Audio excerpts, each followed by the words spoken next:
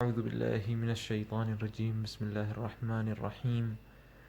رب اشرح لی صدری ویسر لی امری واحلل عقدۃ من لسانی یفقهوا قولی واجعل لی وزیرا من اہلی۔ السلام علیکم ورحمۃ اللہ وبرکاتہ۔ میرا ایک چھوٹا سا پیغام تمام سننے والوں کے لیے۔ میں نے نوٹس کیا ہوا ہے کہ بعض دفعہ ہم لوگ جب کوئی چیز شیئر کرتے ہیں واٹس ایپ پہ، انسٹاگرام پہ، فیس بک پہ، اسنیپ چیٹ پہ، کسی بھی سوشل میڈیا پلیٹ فارم پہ،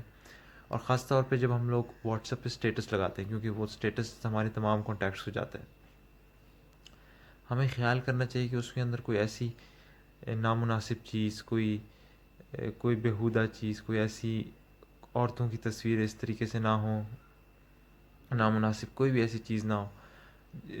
کیونکہ بعض اوقات ہوتا ہے کہ ہم لوگ شیئر کرتے ہیں کوئی جوک ہوتی ہے، کوئی ایسی کوئی ویڈیو ہوتی ہے جس کے اندر کوئی ہنسی مذاق کر رہا ہوتا ہے، اس کا مقصد وہ دکھانا نہیں ہوتا نامناسب تصویریں، لیکن بعض اوقات اس کے بیک گراؤنڈ میں یا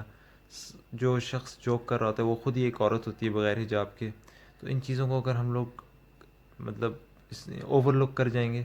تو اس طریقے سے اس طریقے کی جو تصویریں ہیں تو ہر جگہ پھیلیں گی، اور پھیلیں گی بھی تو پورے معاشرے میں نارملائز ہو جائیں گی، اور اس طرح کی چیزوں کو نارملائز نہیں کرنا چاہیے۔ تو پلیز ان کو کنسیڈر کیا کریں، خواہ آپ نے کوئی جوک فارورڈ کرنی ہو، کوئی بھی چیز ایسی فارورڈ کرنی ہو جس کا مقصد کچھ اور ہو، لیکن اس سے کوئی ایک اور دوسری چیز جو ہے غلط چیز نارملائز ہو رہی ہے، تو اس پہ پلیز خیال رکھیے گا۔